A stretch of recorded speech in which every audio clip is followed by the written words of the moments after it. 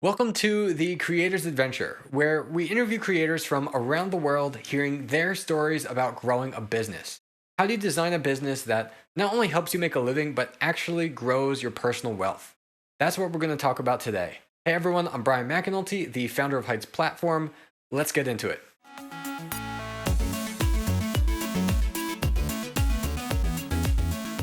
Hey everyone, we're here today with Erinn Bridgman, a money management and mindset coach. With her coaching business, she empowers female entrepreneurs to design a business that is not only profitable, but actually grows their personal wealth. Erinn, welcome to the show. Yay! Thanks so much for having me, Brian. Yeah, of course. So, my first question for you today is what would you say is the biggest thing that either you did or you are doing that has helped you achieve the freedom to do what you enjoy? Hmm.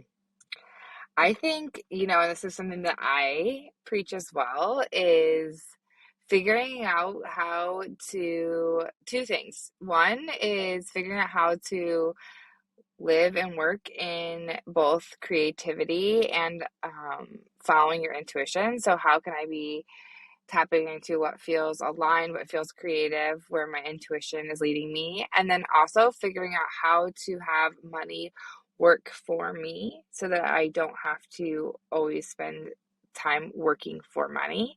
So for myself and for my husband, we have worked to have our dollars go to work for us in real estate. We have a that's like half of my life is building a real estate empire and running that company.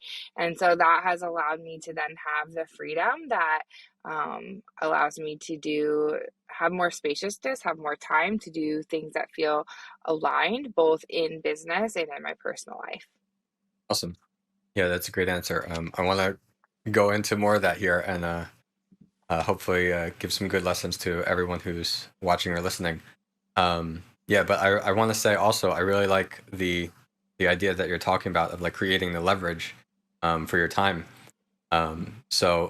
This podcast is going to be all about you, but I want to take a moment to brag about ourselves that like we talk about that as well so much that we're uh, we're able to now be the number one result I believe in Google if you search leveraged income.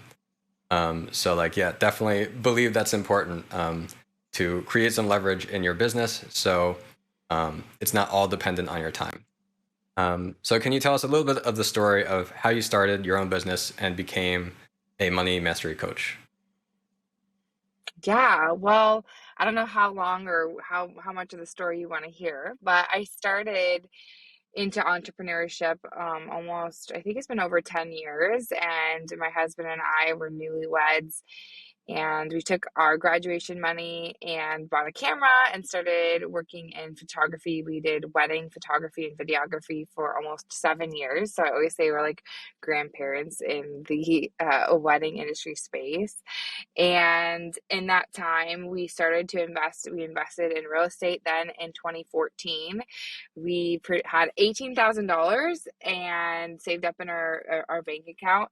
And at the time, that was a lot of money for us. And we decided we could take that money, we could pay off one student loan because at that time we were crippled with student debt. We had almost $100,000 in debt there. Mm. And so we said, hey, we can do that, or we can go and purchase an asset that would produce enough revenue for us to then eventually pay off all of our student debt. So that's how we started getting into real estate and seeing like our money work for us there. And I have this photography business going, and we scaled that pretty quickly to six figures.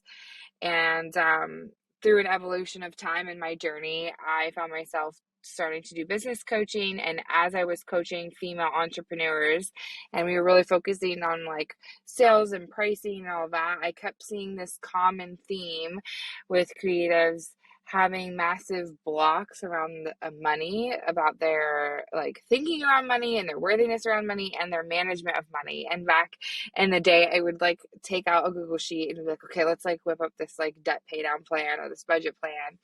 And over the years, I have now developed like a money matrix. So it's like a spreadsheet system, a whole system to help you be the CFO of your life and your business. And so I think that like the way that I found myself in this position is just like the many years of entrepreneurship and the lessons I've learned. And then just as I've coached people, seeing just this common need.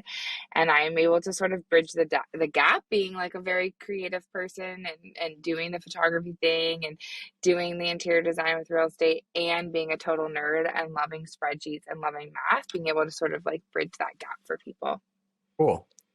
Yeah, so I want to go back to the point you mentioned of how you took the savings from the photography business and then decided to like purchase this asset of a house instead of paying the student loan debt.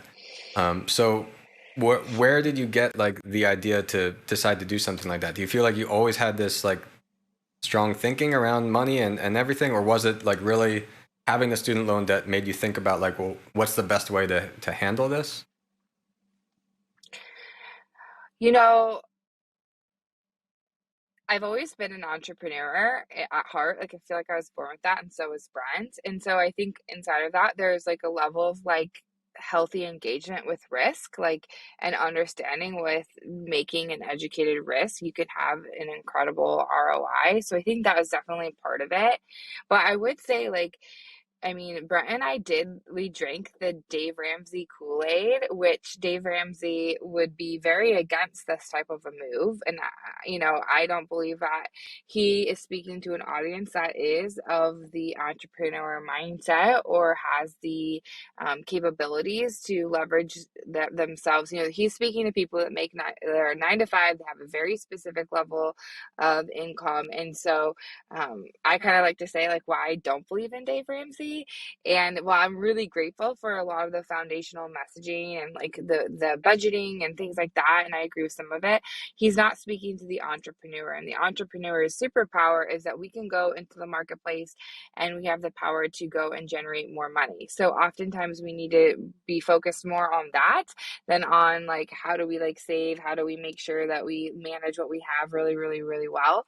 And so I think that like as I lived into sort of my entrepreneur, um, yeah, allowing myself to live into the risk, I had the backing of like this Dave Ramsey teaching, and I had to sort of like push against that. And I think the crippling like how much debt we had and how restrictive that felt, like we wanted to make sure that we were being most strategic with how could we tackle that as quickly as possible. And it wasn't through just like paying down, like we would have to restart all over again. And so in purchasing the real estate, we were able to have it cash flow enough money that paid our monthly payments. And then it's a crazy story about we were able to do an insurance claim, and that allowed us to have a very large amount of money. And then when we sold the asset, we were able to like net out. So it actually ended up basically giving us $100,000 over the time. So we took something that we could either have done 18,000 and paid off one load, or like I say, we were able to pay off all of our student debt that way. Oh, yeah, that's awesome. Yeah, I think there's somebody who says it a real lot. I forget who, but it's what you were mentioning that like if you want to focus on saving and all that, like that's great, but you can only save so much. Where as an entrepreneur, like the income potential you have is potentially unlimited. So it's easier to grow your income than it is to save more. So Yes. I like that. Yeah. So you help women, you help business owners better manage their money, grow their income. Can you describe more about like what would this money management be like? What does it mean to have like a money mindset? Yeah. So let's I'll give like high level of sort of the components of the money management part of things. There's a whole another conversation we could have around the mindset stuff if you'd like.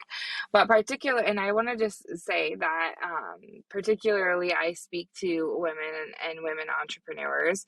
And if you are male listening or watching, I encourage you to lean in for all the women that you support in your world and the power that you have. So particularly my calling, I think, is to women because I just believe that we're in a very specific time in history that we have made massive progress with money and our relationship with money, but we have a long way to go. So it's crazy to me to like look at the stats to see that in the past 100 years, it wasn't until like the 60s that a woman could open her own credit card without a man, or that in the 70s it wasn't like legislation for equal pay for equal work, was just in the past like 60 years. And so, and we know that like access to money is like access to power. And so I believe that the more we can get money into the hands of heart-centered women, the better the world will be. And so that's sort of my mission, my work. And I think that we are up against a history that is suppressed us. And so, and just been, ingrained certain beliefs in us that, women aren't good with money. We don't know how to do math. We use sort of like, oh, that's a man's job, or we kind of like, and as business owners, it's very important for us to take that CFO seat. And it's not something that can be outsourced. Yes, we can outsource bookkeeping, we can outsource accounting, but we cannot outsource being the CFO of our companies and our lives. And so, what that looks like, high level, is that you understand the numbers inside of your business, not just in a P&L sense. So, P&L is very present to past oriented, and so you're being very reactionary. You're doing the work to reconcile accounts, and certainly you can analyze and see patterns. But as a woman who's empowered with her money, we understand the present to future sort of snapshot. And so I like women to be able to really strategize. What is your revenue in the next 6 to 12 months? What are your expenses? What are your tax payments? And you should strategize your tax payments monthly so that you're saving for those quarterly payments and you're not surprised. And this is a huge thing because our goal generally is to continue to make more money and more profit, which means the tax payments you made last year are not going to suffice for this year. And so you really need to be making sure you understand that percentage that you need to save monthly. And then my biggest piece is that you are strategizing your salary. And this is huge because this is how your business injects money into your personal life. And I found that many times as entrepreneurs, particularly female entrepreneurs, we pay ourselves least, last, and inconsistently. And I'm talking like very successful entrepreneurs as well. And so it's important that think about what that's teaching your subconscious, first of all, and how that's also setting you up financially for success in your personal world. And that's the whole point of starting a business. Yes, it's about mission, it's about impact, it's about passion, it's about all those things. But we're not running a hobby, we're running a business, and that means it needs to pay us. And so that's sort of high level on the business side of what you're going to be able to manage. And then on the personal side, you really understand how much money does it cost for me to live on a monthly and annual basis. 65% of Americans do not know how much it costs for them to live. And so you understand what that is as being the personal CFO, and you also know what your financial goals are, specifically the amount of money that you need to reach those and what type of emotion you're trying to generate, because that's a lot more inspiring and motivating to do the work inside of your business, to raise your salary, to give yourself bonuses because you know exactly where that's money is going and what it will produce for you. So high level, that's sort of my money matrix and what I work to help people do. Awesome. Yeah, I like that.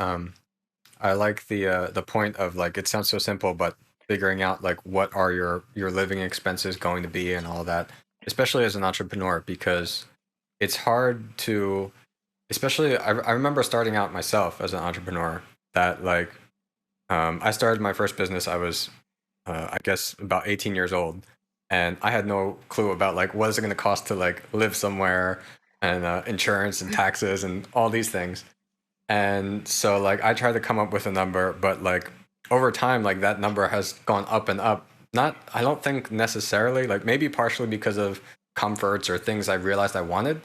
And that's fine. That's a good reason, I think. But also just because of realizing like these are the things that I've always wanted. What is actually like the true cost to achieve that? And it requires thinking and research and understanding, definitely. But I also want to mention about how you talked about the point of like paying yourself as an entrepreneur. And I think there's a lot of discussion around this and people saying, well, if you're the founder, like, yeah, should you pay yourself last? Should you pay yourself first? And it sounds like you're kind of with the idea of not paying yourself last. And I agree with that as well. I think it's important as an entrepreneur to be paying yourself some money because, like you said, it's not supposed to be a hobby. You're trying to build a business here, and if I think also you're mentioning about the mindset, like if you decide to not pay yourself, if you decide to pay yourself last, in some small way, it has to be unhealthy for the business because then it's always okay. It becomes always okay for you to not have money, and then that's how it turns into a hobby. That you've built this business. Maybe you even have employees. Everyone gets money, but you don't. So what are you doing there with that? So I would agree that it does make sense to make it a budget and a goal and say like just like you have to pay some other bill, you have to pay yourself. Would you agree with that?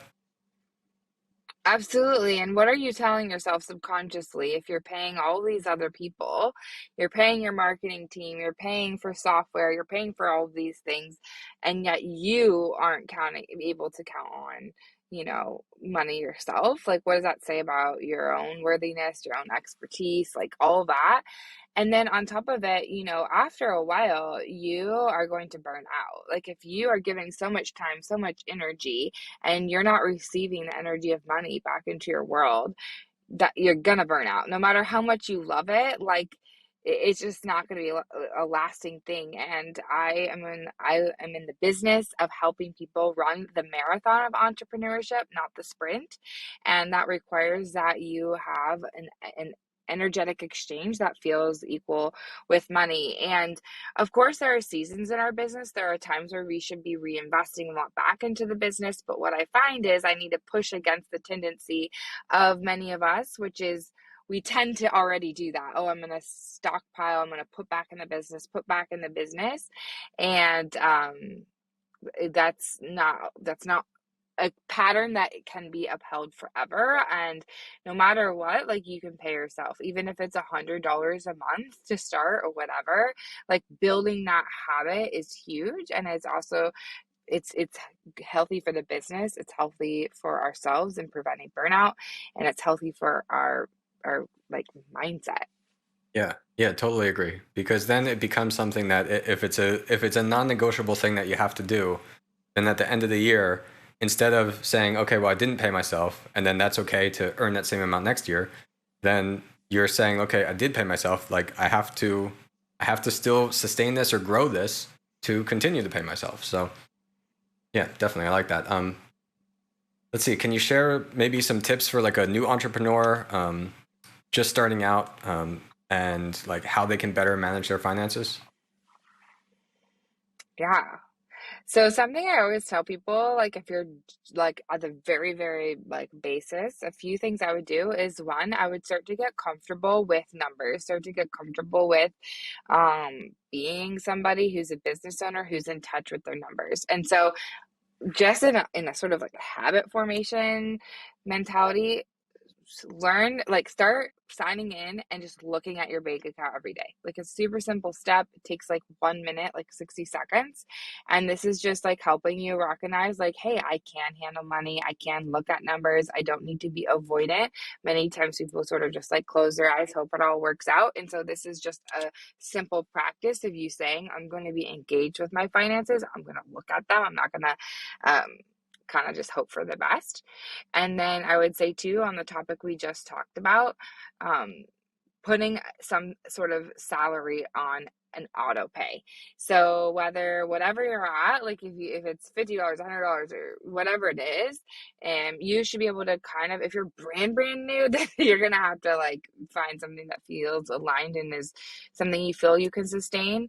If you've had a year of business, you can look at your P&L sheets, you can see what your owner's draw was, you can kind of think about, well, what do I think my profitability is going to be this year, to kind of come up with a estimated amount of money that you can put on auto pay. Um, if you aren't able to do all the projections and cash flow and all that type of work that I do with people, that's a simple way. And I said put it on auto pay because that is eliminating the human part of us that tends to be emotional, that tends to um, be forgetful or whatever. And so if you have it on auto pay, you're not going to think about like, should I pay myself? Can I afford to pay myself? It just becomes a way to create habit and like eliminate your own emotions. And so that's the second thing I would do is figure out what that could be and put it on auto pay. And then this is something I think is really, I'll say this last thing is get in touch with one financial goal that you have for yourself personally. I always say that piles of green cash are not very inspiring. Like, oh, okay, cool, I'm gonna make $100,000. Like we have these, like I hear these a lot of like arbitrary goals. I want to be a six-figure entrepreneur. I'm gonna have a, 5,000 or five-figure month, or I want to have a six-figure launch, whatever these things are. Well, like who really cares? Like it's just like a status or like a number. But what if you got really dialed in with your finances and your goals? And so that's what I would say is the last piece I'd love for you to do is figure out one financial goal that you that lights you up. Figure out what that would produce for you, what emotion would that bring for to your life, and the exact amount. So if it's paying off your MasterCard or whatever, figure out the exact amount. So many times I hear people, I think it's like $10,000. People will say, that. I'm like, Like if we're in the money matrix, I need to know the exact amount because we're gonna figure out dollar for dollar how you're going to pay that off or whatnot. And so write down that goal on a sticky note somewhere you'll see every day. And write the emotion it will produce. This is going to bring me power. This is going to bring me freedom. This is going to bring me whatever. And knowing that exact amount is going to also help you work to manifest more into your business and strategize for paying towards that or paying that off or whatever that is. Yeah, that's great. There's a quote that they say that things that are measured improve. And so even the first step of saying, okay, I'm going to look at these numbers in my life can really make a difference. And I can attest to that also. Like when I started as an entrepreneur, um, we were making enough money that like everything could sustain itself and everything. But for a few years when I first started, I didn't really pay attention to the numbers and I didn't really grow. It kind of just stayed there. And once I just briefly like paid attention to say like, okay, this is how much came in and went out this month and that month, it really made a difference because it let me see like, okay, well, this is the current reality. And if I want to increase it from here, then it let me take the next step of figuring out what's going to make that happen. Yes, I love it. Awesome. So how about then like a more established entrepreneur? Like let's say we have somebody who they're really successful, they've got a 6 or 7 figure income. In your opinion, what should they do to be handling their money? Well, this is like I say, like financial advice is so particular and so individualized to the person's goals, to their financial, um, where do they sit financially. I think one thing I'd love to bring to the surface is the idea that as entrepreneurs we are in charge of our own retirement. So we do not have a 401k. We're not inheriting something from the company or whatever. And so if you are a more mature entrepreneur, and you've been in it a while, I would say like still we need to work on that, like increasing profitability, increasing salary and bonus. And then like what we do on the personal side of is figuring out what is your overflow and how can you strategize towards that, and making sure you have a really solid investment plan. And so whether that's like, whether you're doing it in the stock market, whether you're doing it inside of other companies or startups, whether it's inside of real estate, but that you're working to set yourself up for not just allowing your business to cash flow your current lifestyle or upgraded lifestyle, but that you have a plan for retirement is something that I would say is huge for the more mature entrepreneur. And then inside of like kind of money management stuff, on the business side, I would want you to have a really clear 12-month plan of like your cash flow, your position, and that you would be working towards strategizing that both on what you think is your current like booked or safe number. Some people in their business, like, you have like wedding photographers, you know, your kind of general like bookings for the next year or whatnot. um, some people, it's going to be more of like, well, what were your safe numbers? What's done generally industry standard, or what did you do inside of your last year and your P&Ls, and kind of like cash flow that out, and then create projections. So think about, how can I strategize to bring more money into my world, put it inside of the money matrix. We put that per month and what it actually is. And then if you are assigning that overflow into your personal life, hey, this is going to allow me to max out my Roth IRA. This is going to allow me to start to invest inside of real estate or whatever.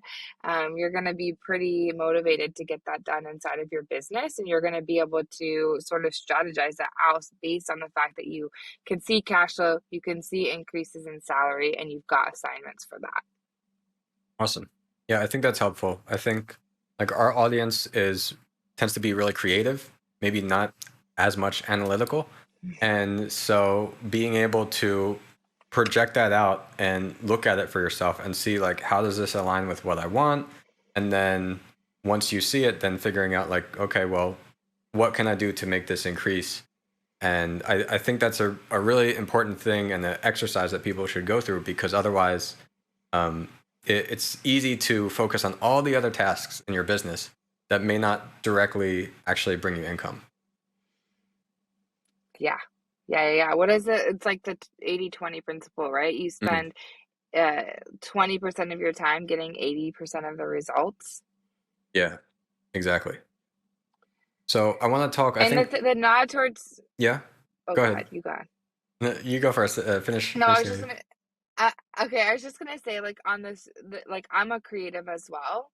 And so I have that part of my brain, and I totally get like, oh man, like, I just, numbers, blah blah blah. And I just like love my greatest like joy is when people say, "Oh my gosh, Erinn, like, numbers are sexy. I agree with you." Or like, this spreadsheet, like, I love spreadsheets now. And I know that might sound like a stretch for people listening or watching, but it's true. Like, if you, the beauty of it is, like, if you have a goal, most of the time our goals have some sort of monetary value attached to them.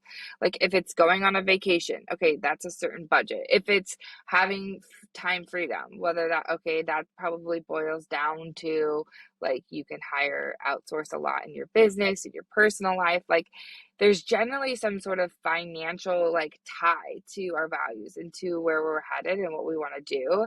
And so, like, the more you're in touch with that, and the more you, like I said earlier, you dial it down, you have a specific dollar amount, like, numbers are sexy. They can show you that. Or if people are like part-time in their business and they want to like quit their full-time job.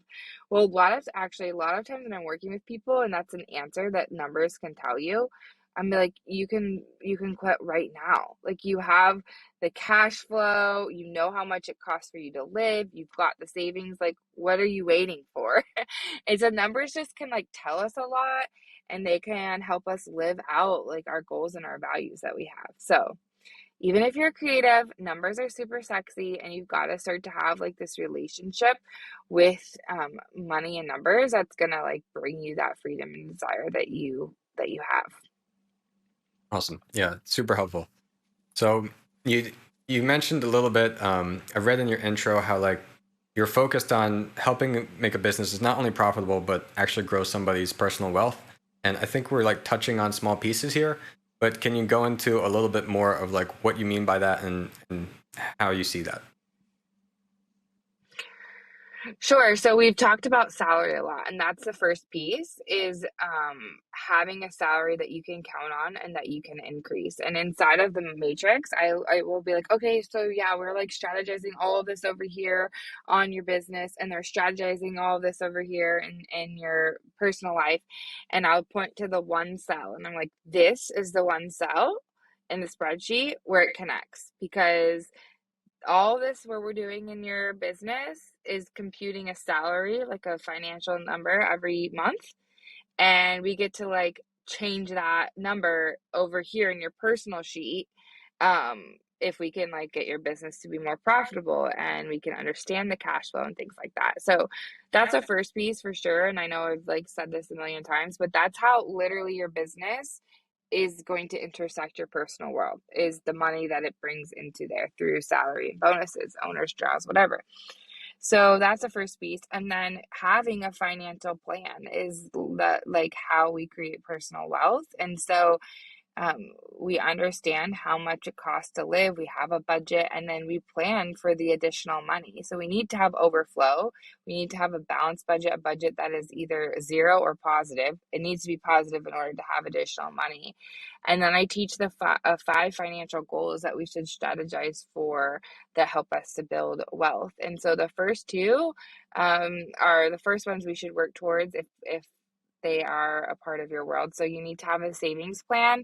Everyone's savings plan is going to be different, but depending on who they are, and their leverage, like how much they're leveraged. So if you don't have a business savings plan, a business cushion, you should have that. And that should be based upon your expenses, based upon like how much does it take cost to run your business? What does that look like? And then also your personal. And also, I always say with the savings thing, you need to know your own tendencies and you need to lead yourself here. So if you're like an oversaver, accumulator, like hoarder, then you probably need to push against that a little bit and like say like have a smaller savings goal because you need to do some other things with your money. So just know yourself when it comes to understanding your savings plan and then debt pay down. So those two are the first two goals that are going to help us work towards growing our wealth. If we're in deficit, we need to figure that out both on a psychological, like the weight of debt, and also that's like the biggest thing, especially if it's credit card debt. The amount of money you pay in interest is astronomical. And so we need to create a plan there. So those two are first. And then the next three are kind of interchangeable based on where you're at and what your goals are. So investing, lifestyle improvements, and generosity are the next three that I work to help people strategize. And so that looks like, we've talked about investing, whether it's wherever that's going to be, but working towards retirement, lifestyle upgrades. This could be, doing things inside of your annual budget that bring you more freedom, more joy, more time, hiring a housekeeper, or signing up for the meal service, or it could be like buying a second home, getting a boat, like things that we expand our life. And then generosity, I believe, like I said before, um, money in the hands of heart-centered people is so beautiful because there's so much that we can do with this to make it our world better. And so strategizing and thinking about like, okay, what do we want to do? Where do we want to put our power that we have in our money? Where do we want to put it to work for good? And there's all different ways that we can do that. And so those are the five financial goals that I like for us to strategize and work towards as we work to build personal wealth. Yeah, I like mentioning about placing the money into these different goals. And I think anyone who's started to study finance and get into all of this has probably heard at some point that like you have to put your money to work for you. And I think that that's so true and so important because if you're just going to save everything, then the money that you have really is losing its value because it's not doing something. All the money that you earn should have some kind of purpose, and just saving all of it is not necessarily the purpose because unless it's specifically for retirement or lifestyle upgrades, giving back, all of those things that you mentioned, there should be a reason, and then that way you can let the money flow into those correct places and improve your life, improve the life of others, and all that. So definitely, I think that's super important.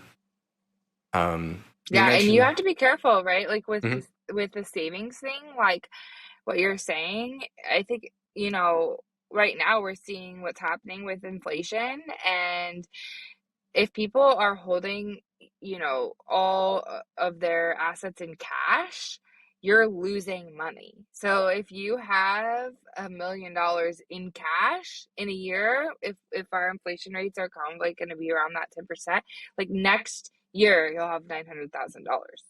So that's why it's very important that you're working to invest your money. Like for us, this is why we're considering even like selling some of our investment properties, because we have the ability to then take piles of cash that we would get, because other investors are eager to like purchase some, maybe some investments that were like, hey, we could go take this cash and make more money in real estate since we're in the game. But people are needing to take their cash and put it in assets that are going to um, continue to rise and beat the inflation, right? And so I think having that mentality of like actually like just putting our money in savings, it's not strategic. And I think also I'd say that we need to work to make our money work for us, not just work for money. And so this is I think this is another big mindset thing, especially for entrepreneurs. We know how to hustle. We know how to go and work really hard. And then we have to get to this point where we're like, okay, and I also have to get comfortable and start working towards like having money work for me without me having to work. Definitely. Yeah, the money doesn't have its value until it's used in some way. And just like it would be bad to waste all of your money, it's also bad to just have it all sit there and not do anything for you. So you mainly coach women, as you mentioned. Other apart from like Mhm. some of the things you mentioned before about mindset and things like that, would you say that there's like any other differences like between women and men in terms of like our relationship with money and how we approach finances that like maybe the women watching or listening to this show um, could keep in mind? Yeah, I think generally, like I kind of gave some context for just like history and sort of the story that we're up against as far as like the power that we've had and the suppression we've had around money. And just generally, I think women's sort of our confidence and our worthiness generally is very different than men. Like, I know there's a stat that says a woman will only apply for a job if she believes she's 100% qualified, and a man will apply for a job if they believe that they're 60% qualified. And so I think that that type of, posturing, like, is very important for us to think about like our confidence, our worthiness as women, like really working on our story there, working on our blocks there, because I think those are some obstacles in understanding also society and patriarchy and like what we are up against is really important because it is different than um, you know, a man and a man's story and a man's positioning and his power around money. And um, yeah, so I think that's really, really important. And how we think determines how we act, which determines our results. So working on our money stories and our money blocks, especially as women, is so important. That's great. So I have one more question for you. We like to ask all of our guests if they had anything that they could ask our audience, what would that be? So, is there anything that you're curious about, anything you want our audience to think about that you would ask them? Yeah, I'm gonna actually tee up a question that I always ask my people on my podcast that come on. So I just want you, as you're listening, to think about this. If I were to give you $100,000 right now, what would you do with it? And I want you to actually think for a minute and like strategize, because I think that'll give you some insight into what are the values, what are the goals, what are your hopes, and have you start to tap into your motivation to then draw in more money into your world. Awesome. That's a great question. I think that's a really good exercise as a way to figure that out for yourself. All right, great. Well, Erinn, thank you so much for coming on the show. Before we get going, where else can people find you online? Yeah, I'm most active on social on Instagram, so you can find me there, Erinn Bridgman, Bridgman with no E on the bridge. And then definitely come over to my website. I have tons of different resources. You can learn your sacred money archetype. I have a wealthy woman checklist, which I would really encourage people to download. It helps you work through how do I become the CFO of my headspace, of my business, and of my personal world. I've had people print it out and have conversations with their partner. Really helpful resource. So hit me up on Instagram and go check out some of those resources. Awesome. Thanks, Erinn.